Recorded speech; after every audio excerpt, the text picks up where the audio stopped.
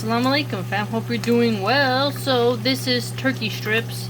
They call it turkey bacon. No, it isn't pork. They just call it that because of the shape of the cut. What I'm going to do with this, inshallah, is cook it up, chop it up, and then I'm going to use it as a stuffing and a bread that I'm going to make. So I got the bread rising, roll it out, right, so it's flat, and then I have a very creamy goat cheese that I'm going to put onto the bread.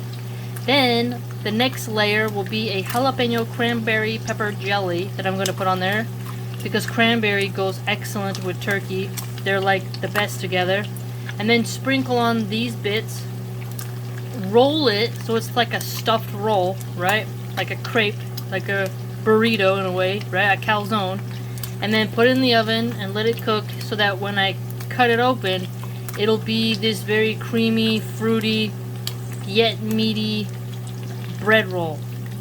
It's gonna be really flavorful, inshallah. So it's a labor of love, but it's gonna be worth it in the end, alhamdulillah. So hope you're doing well, have fun with your new recipes, and try out new things.